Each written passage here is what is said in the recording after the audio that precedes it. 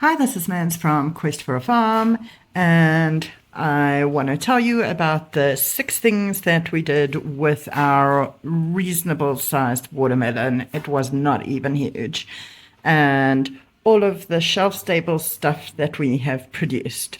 So, to begin with, we seed saved, and that'll be for planting next year to get more watermelons. The next thing we did was cut some up to eat because who can resist some nice fresh watermelon? The third thing we did was chucked the absolute dregs of the peelings into our compost heap and made some more compost for next year. Then we went on to pickling some watermelon rind, and that looks beautiful and festive. Next thing we did was we made this gorgeous pink watermelon jam, which we water bath canned. And this morning we made watermelon rind jam or confit, which is an old Afrikaner traditional recipe to use your watermelon rind so that you waste nothing. Have a look how we did it. So first I'm going to show you how I chop the watermelon. Okay, so I'm just taking the ends off. Choppy chop chop. This is one of my watermelons that I grew, so I'm actually very proud of it.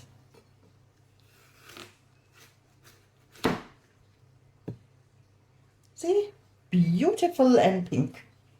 Okay, and then I'm going to chop the other end off. Goodness. Once you have both ends off, please note I'm keeping the skin. We are going to put it like that and just create a bunch of slices.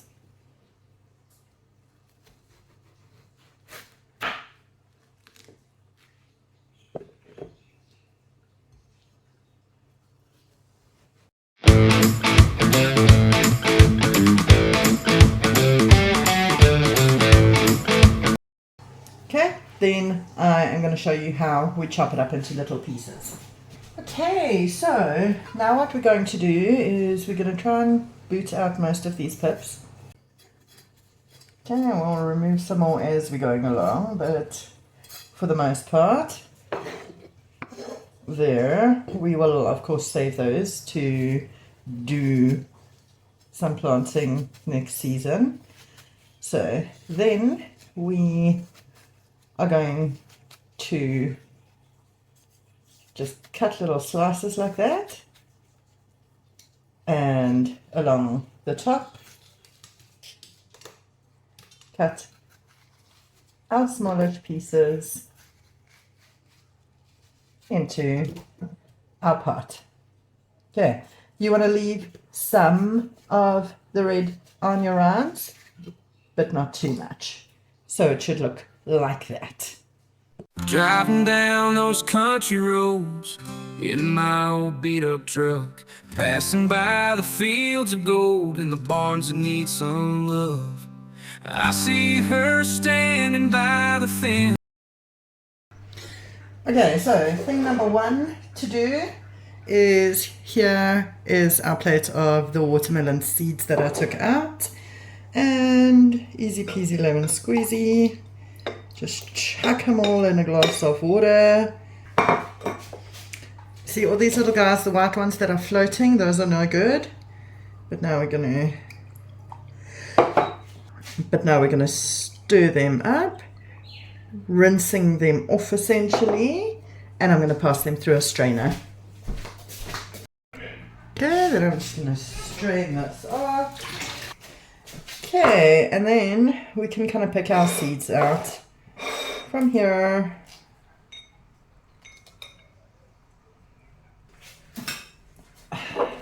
And then I usually do a second round. And then we're going to very carefully pour off as much of the crud as we can.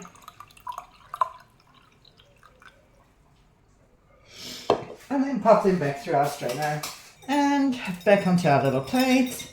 And that will just be put out in I was going to say the sun, but it's been raining for days here. That'll just be put out in the open air. Spread them out. And that is plenty of watermelon seeds for next year. Thing number 2, of course, is a little bit of watermelon and salt just to eat. Okay, so we're just going to get our container. Okay, just some watermelon. We like it with a bit of pink Himalayan salt on, because you get that sort of sweet and salty thing. And that is delicious. Yum, yum, yum. Okay, now we need to take our peels and we are going to peel them. Use a sturdy vegetable peeler and just get this green off. Okay, that can go into the compost heap, and we are going to use these peels for our lemon rind jam as well. Lemon, listen to me. Our watermelon rind jam as well as our watermelon rind pickle. So I shall bring you back once they're all done. Okay, so for both of these, we prepare our watermelon peels the exact same way, which is just cut them into little blocks. Okay, so our pickle is going to be a bit of a sweet and spicy type pickle. And our preserve is obviously going to be a bit sweeter. So you're going to end up with little blocks about this size. About like that. So about the size of your thumbnail.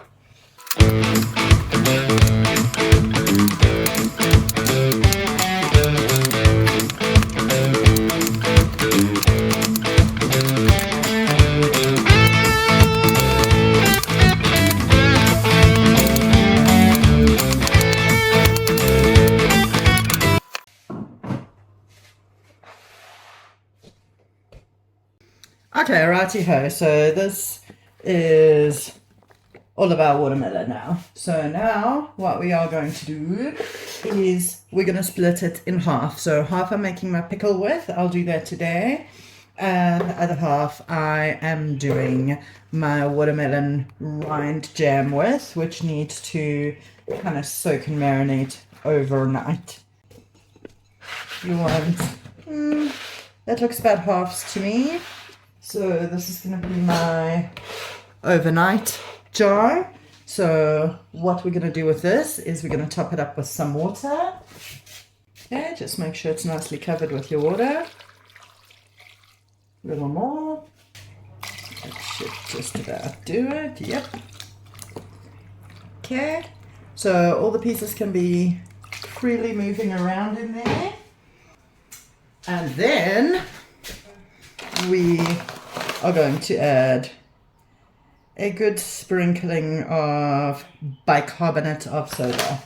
This we are going to put its lid on and pop it in the fridge overnight, and we'll carry on with our rind tomorrow.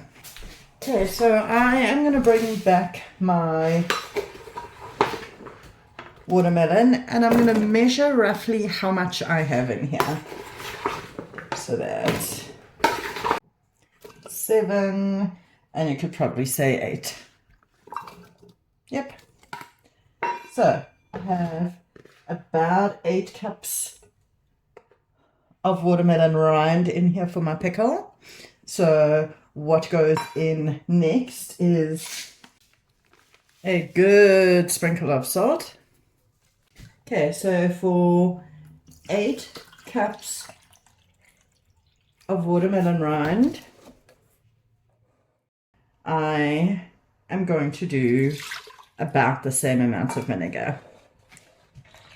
or slightly less. I'll do 7 cups of vinegar.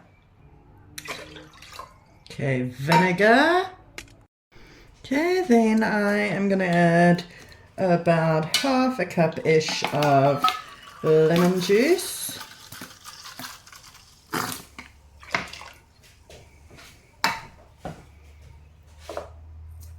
Then anybody who knows me by now knows that about so many coriander seeds, about so many bay leaves,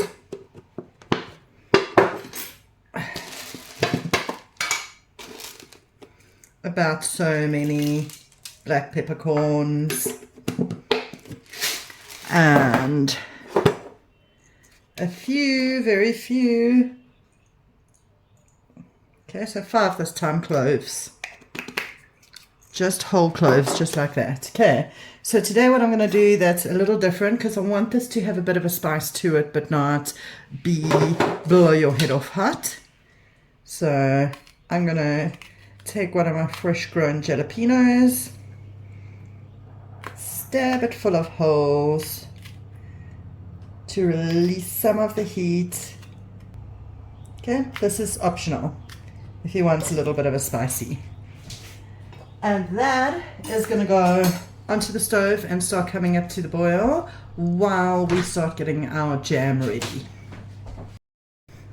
Okay, while that's coming up to the boil, I just want to measure out my watermelon here. And again, it doesn't have to be super accurate. Let's do 11 for luck. Okay, and then the rest of this I'll use to top up my watermelon that's supposed to be eaten, because it's going quickly. Right, then we hold out our big sugar. Equal amounts of sugar and watermelon go in here. Oh, let me quickly pop my lemon juice in while I have it out.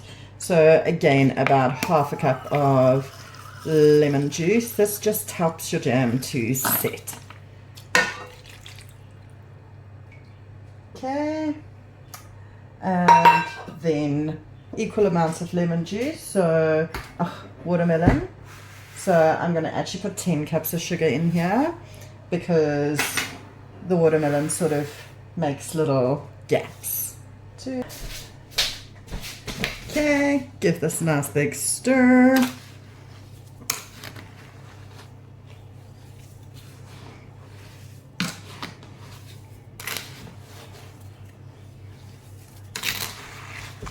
And then that will be ready to go onto the oven as soon as my pickling brine comes off. So we'll set that aside. In the meantime, I am just going to clean up 2 jars for my pickles. Okay, so now what we're going to do while we're waiting for our pickle juice to come up to the boil, we are just going to fill. I decided to make a big one and a small one. Just going to fill our jars. Oopsie. What if you're going overboard? Okay, so we have retrieved that. I am just going to very carefully ladle my pickle mix. Maybe I should do this with a funnel.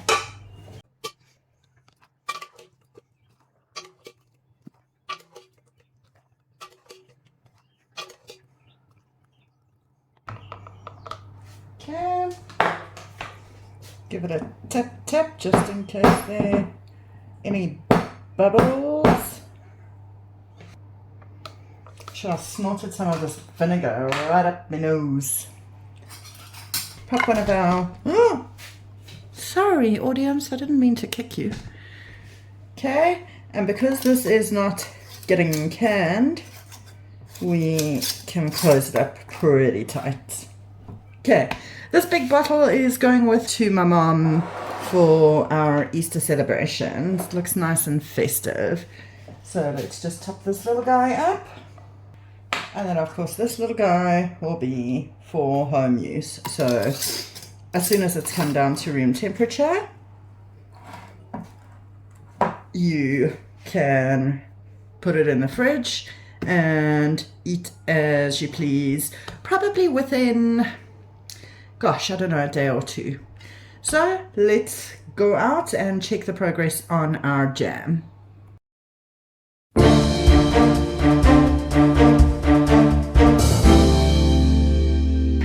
Our jam is wanting to come up to the boil, so we're just going to give it a stir. Alright, so she's starting to come up to the boil. The sugar is just about all melted. So now we are going to start boiling it down and boiling it for consistency. In the meantime, I have got my jars sitting next to this pot. Okay, and then I am just going to set up my canning station right next door here. So basically we are just waiting for this to come up to a proper fast boil, and I'll bring you back then. Okay, I made a big boo-boo, I wasn't watching it. So it boiled all the way over and made a big mess, so I'm going to turn it right down and stir. Just remember to watch your jam. I'm going to have fun cleaning up this stovetop. Okay, so I've turned it down quite a lot, and now we'll watch it and make sure it doesn't do that again. Okay, then I just wanted to show you how you start testing it for the gelling factor. You stir it right down and you scoop up some of the juice and put it on a cold plate. Give it a minute to set, and then you can see it's running. And if I pull my finger through, it stays, but not quite. So this can still go for a few minutes, but it's almost there if you look at that consistency of the drip. And it's holding its shape a little bit. So we're not far off, but we're not quite there yet. Okay, it's been another good couple of minutes. So let's have a look again. Put some of our syrup on our plate. Give it a couple of minutes for the temperature to drop down. It's pretty cold outside, so I haven't had this plate in the fridge, but you can see it's running an awful lot more slowly now. And if I run my finger, it sort of holds its position. Okay, so what I've actually decided to do, I think that it's a little bit too chunky. So while it's still super hot like this, I am going to take it inside. My jars are still coming up to the boil, so I'm going to take it inside, and I'm going to just hit it a little bit with the immersion blender and get these pieces down to size so that it's a spreadable jam. So let's go inside. Alright, a couple of notes if we're going to blend this at this stage. Firstly, don't do it with a plastic immersion blender. Secondly, insert your blender completely before you start doing it. You don't want this to splash on you. It is as hot as lava. Thirdly, stand a little back and angle your blender. With that look in her eyes, she's got that small. That'll do nicely for me. And I'm going to immediately pop this into some water. And then I'm going to very carefully take it back out. Alright, so we're back. I'm just going to bring it back up to the boil and check the consistency again. But I don't know if you can see, we've got a beautiful pink color going on, and it's now a lot smoother and a lot more jam-like. Okay, so we've come back up to the boil, so we're going to do another little taste on our plate. You can see probably I've scooped most of the seeds off of the surface. Give that a second to cool down. And you can see tilting it, it is running a lot more slowly. And if I drag my finger through it, it's taking forever to form another bubble. Okay, so with that, I'm gonna get rid of this, turn off the heat, and give it one last stir, and then I will start filling my jars. Once I've got them out of the boiling water, I'll bring you with to have a look. Alright, so I am gonna grab my ladle and just start scooping my jam very carefully into my hot jars.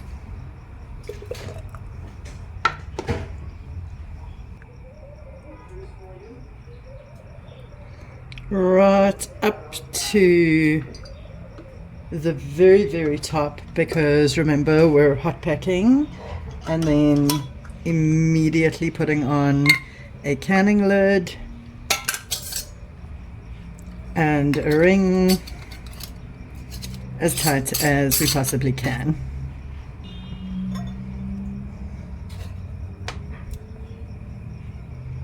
And out of the way. Old town innocence that's got me mesmerized. That's it for today. Tomorrow we will show you the rest. Road kind of love, where the stars shine up above. Every moment feels just. Alright, we are back, and this has been soaking overnight. So now what we're going to do is we're going to give it a rinse off. You can see some of the pieces are starting to get a bit more sort of translucent. And we are going to change this water out and soak it for another 2 hours in just plain water. Okay, so there you have it, rinsed out, clean water, and that is just going to sit for another 2 hours, and then we are going to boil it. So give them a final rinse. I've already got my pot starting to warm up, and we're going to transfer them to the pot and give them a good boil. It's like a dream in this country, love it's. Alright, so we are nicely boiling away here. We are going to boil these till they are fork tender, and once that's done, we will add them to our syrup. So in the meantime, let's start getting our syrup ready. Okay, so here we have got 2 liters of water. To that, we are going to add 6 cups of sugar.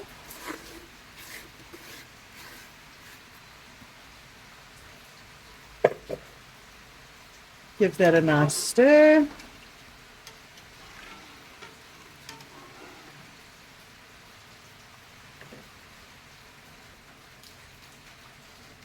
And a good dash of lemon juice. So that's your base syrup. You can add herbs and spices if you want to. I'm going to add a little bit of nutmeg. Keep giving it a stir. And in the meantime, we're sort of keeping an eye on our boiling rinds. Make sure that they don't boil over like our jam did yesterday, and give it a good grating of nutmeg. Okay, we're going to let that now come up to the boil, and as soon as our watermelon rinds are ready, we will add the syrup to the watermelon. Alright, so once your rinds have been boiling for a little while, you'll see they almost go translucent like that. And that means that they are now fork tender. Okay, so what we're going to do, our syrup has come up to the boil nicely. So we are going to start transferring our watermelon rinds into our syrup. So here's our syrup boiling nicely.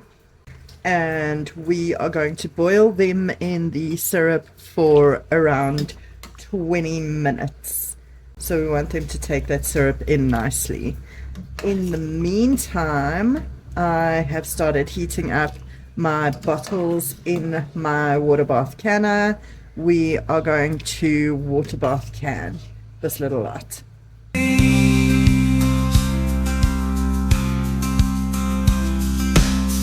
It's country love, it seems.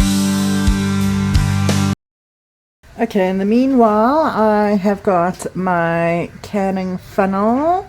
I have got my tongs, which I will use to take my lids and rings out of the canner. I've got my canning jar picker-upper, my ladle to scoop the stuff into the jars. Then I have got a cup of just some vinegar along with a little cloth that I'm going to use to clean the rims of my jars.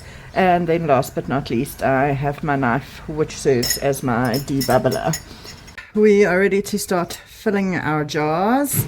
So I'm going to show you one how I'm filling it for water bath canning, and the other one I will show you how we are filling it for the rebel canning. So this will be the one, and we are just going to scoop our jam in. Okay, and then we are going to debubble it nicely.